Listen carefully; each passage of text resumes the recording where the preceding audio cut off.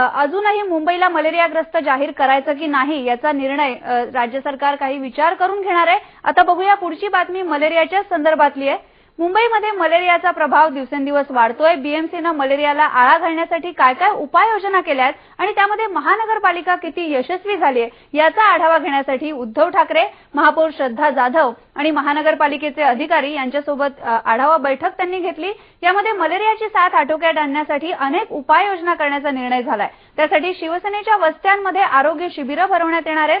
खासगी डॉक्टरांच्या मदतीने ही शिबिरं चालवण्यात येतील।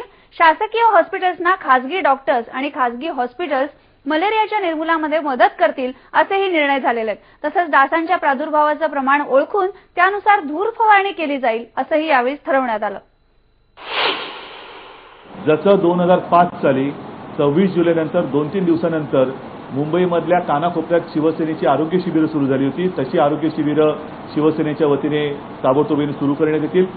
आजच्या बैठकीला काही खासगी रुग्णालयांचे महत्त्वाचे अधिकारी आले होते।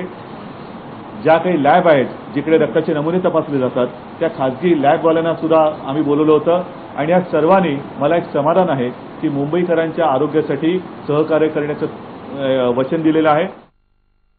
मलेरियाला